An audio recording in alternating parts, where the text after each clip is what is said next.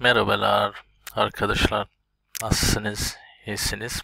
Umut ediyorum hepiniz çok çok iyisiniz. Ee, Şimdiki video numarası 37. আমরা আজকে কি শিকার কথা ছিল অতীতকালের আমরা একটা ফরম্যাট শিখেছিলাম যেটা ছিল আমি করেছিলাম, আমি করি নাই, ডিরেক্ট মানে ডাইরেক্টলি আপনি করেছেন, আপনি এর সাথে জড়িত। তো অতীতকালের ডাইরেক্ট ফরম্যাটটা আমরা শিখেছিলাম। Ben yaptım, ben yapmadım, ben yaptım mı, ben yapmadım mı, আমি করেছিলাম, আমি করি নাই, আমি কি করেছিলাম বা করেছি, আমি কি করি নাই। তো টার্কিতে আপনাদেরকে আরেকটা জিনিস বলে রাখি, মানে একরকম নেই আর কি এইটা, এই জাতীয় স্টাইল। ইংরেজিতে যেমন আমরা বলি আই ডিড, আমি করেছিলাম, ডিরেক্ট।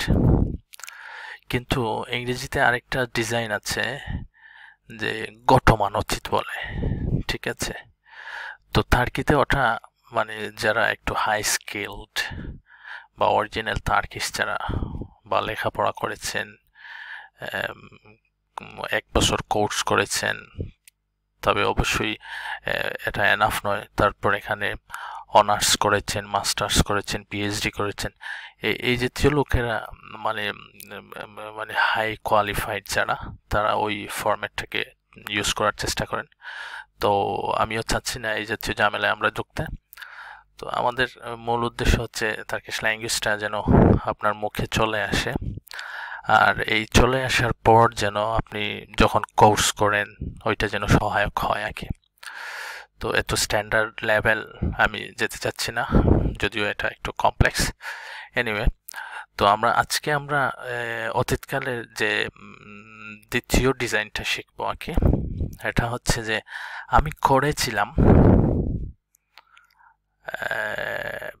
এইরকম ডিরেক্টলি হবে না, ঠিক আছে। যেমন মনে করেন আমি আপনার যে কাজটা করেছি এটার সাথে আমি জড়িত নয় সরাসরি, ঠিক আছে। মানে আমি প্রপারলি টাইম বা মনে হচ্ছে না আমার করেছিলাম কি না, বাট সন্দেহমূলক, অথবা অন্য কোনো কারোর সাথে যদি কাজটা মানে গঠিত হয় অন্য কারো মাধ্যমে, তাহলে আপনি দেখেন নাই, ঠিক আছে, আপনি ওই সময় সরাসরি স্পটে ছিলেন না। যেমন বাংলাতে আমরা বলি সে এসেছিল, কিন্তু আপনি যদি তার সাথে থাকতেন তাহলে আই ডিড বা ইয়াপথিম এই ডিজাইনে বলতে পারতেন। ও গেলদি, ঠিক আছে, ও গেলদি, সে এসেছিল। কিন্তু আপনি যদি তার আসার সময় সাথে না থাকেন তাহলে আপনাকে টার্কি ভাষায় অন্য একটা ইশারা ব্যবহার করতে হয়, আর সেম ইশারাতেই আপনি সে এসেছিল বোঝা যাবে, কিন্তু ওই ইশারাটা দিয়ে যদি অতীতকাল প্রকাশ করেন আপনি, তখন শ্রোতা মনে করবে আপনি ওই সময় ছিলেন না বা ওর সাথে ছিলেন না, ঠিক আছে। তো নর্মালি এই ডিজাইনটা মানে নিজের ক্ষেত্রে ব্যবহার হয়, তবে কম, কিন্তু অন্যের ক্ষেত্রে আর কি একটু বেশি ব্যবহার হয়। তখন অন্যের ক্ষেত্রে লোকটা যখন কাজ করে তখন আপনি থাকতে পারেন নাও থাকতে পারেন, এটা মোটামুটি কনফার্ম। কিন্তু আপনি যখন নিজে করবেন তখন ব্যাপারটা সন্দেহমূলক অর্থের মধ্যে চলে আসে। তো চলুন আমরা এই ডিজাইনটা শিখি। এটার ফরম্যাটটা হচ্ছে পাস্ট টেন্স, ঠিক আছে। এখানে পাস্ট টেন্স দেখতে পাচ্ছেন, পাস্ট টেন্স। আমরা এটাকে টু বলতে পারি, দ্বিতীয় ডিজাইন আর কি। তো এটা কিভাবে ইউজ করা হয়, যেমন এই যে মিশ অথবা মিশ, মিশ বা মিশ, মুশ বা মুশ। তো এই যে নোক্তা ছাড়া, নোক্তা সহ আই আছে, নোক্তা ছাড়া ইউ, নোক্তা সহ ইউ যেটা। তো ভাওয়েলের এই ফরম্যাটগুলো আপনাদের জানা অবশ্য, ভাওয়েল এর এই বিষয়গুলো যদি কেউ না জানেন তাহলে আপনাকে, তবে আরেকটা জিনিস আমি বলে রাখি, অনেকে মেসেজ করেন যে মানে বুঝতে পারতেছি না, তো আমি কি করব, আপনি প্রথম থেকে ভিডিওগুলো দেখতে হবে, কারণ এটা ভাষা, এটা এই সূত্রগুলো একটা একটা একটা একটা করে আপনি দেখে দেখে দেখে আসতে হবে। হঠাৎ মাঝখান থেকে আপনি বুঝবেন না, তো হয়তো একটা শব্দ শিখতে পারবেন বা একটা সেন্টেন্স মুখস্থ করতে পারবেন, বাট এখানের ফিটনেসটা কিভাবে বুঝবেন ওটার জন্য আপনাকে প্রথম থেকে কন্টিনিউ করতে হবে।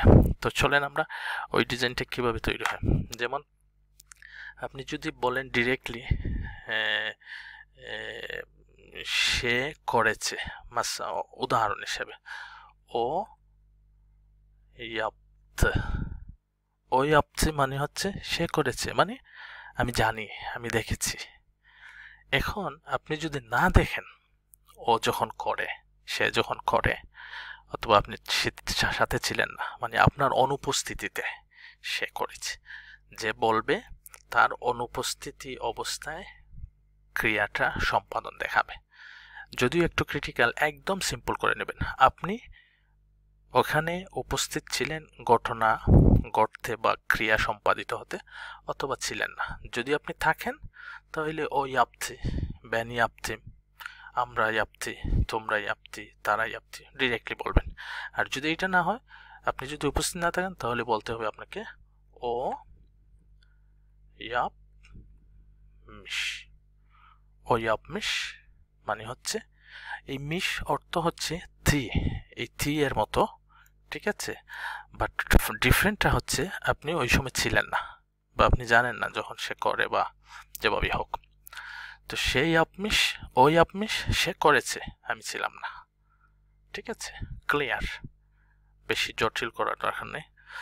তো সে করে নাই, তখন কিভাবে বলবেন, এই ইয়াপ মাদি, ইয়াপথি যেভাবে ছিল ওইটা নেগেটিভের মতোই, ও ইয়াপ মা মিশ, সে করে নাই।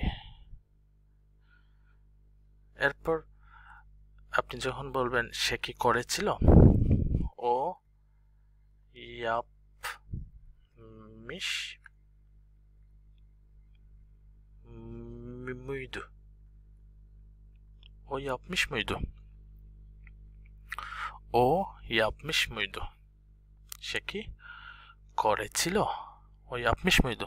মনে করেন আপনি আপনার বন্ধুকে বললেন সে কি ব্যাংকে গিয়েছিল, ঠিক আছে, তখন কিভাবে বলবেন, আপনি তো তার যাওয়ার সময় ছিলেন না, তখন তার কি ভাষায় এই মিশ মুশ এইগুলো ইউজ করা হয়, ঠিক আছে।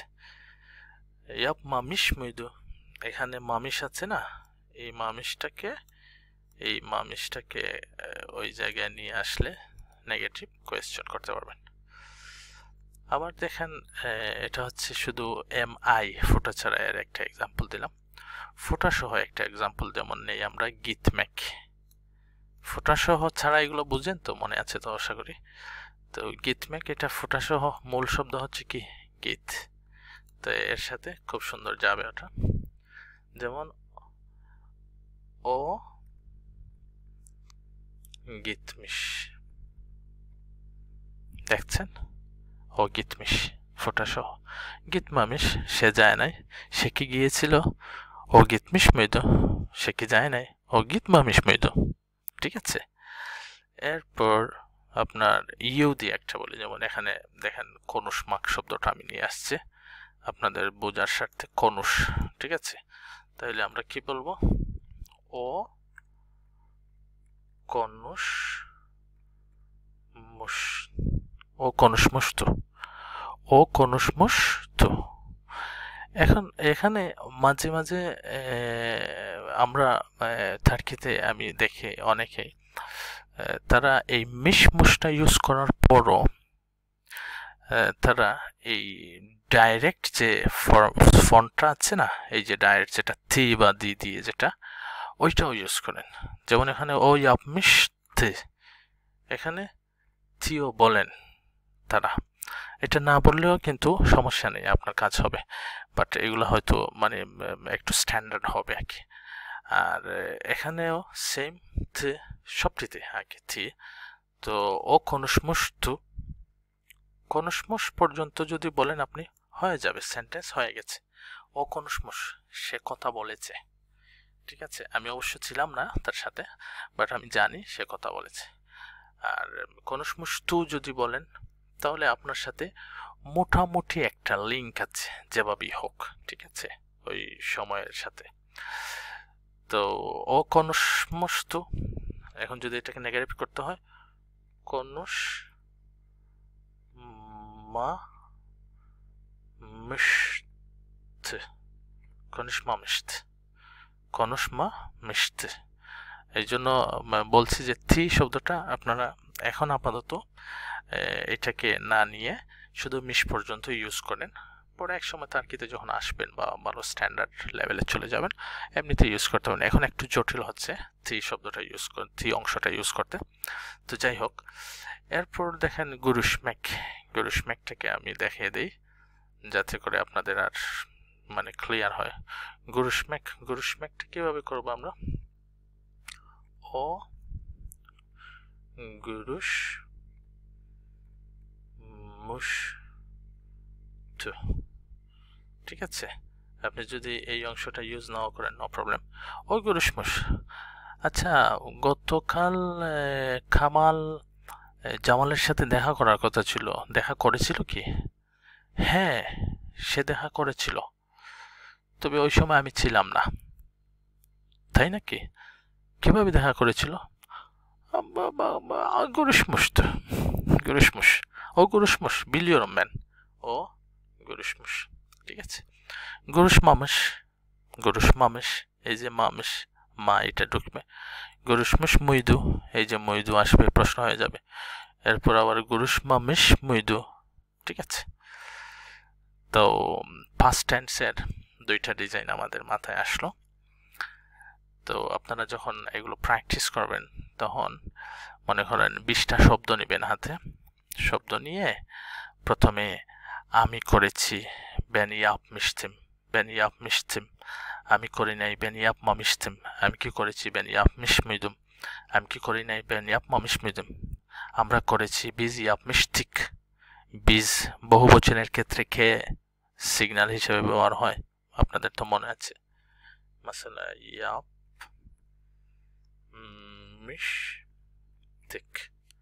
ঠিক আছে, biz yapmıştık মানে হচ্ছে আপনার এই যে খেটা দেখলে সাফিক্স হিসেবে বুঝতে পারবেন এখানে বহুবচন প্লুরাল আছে।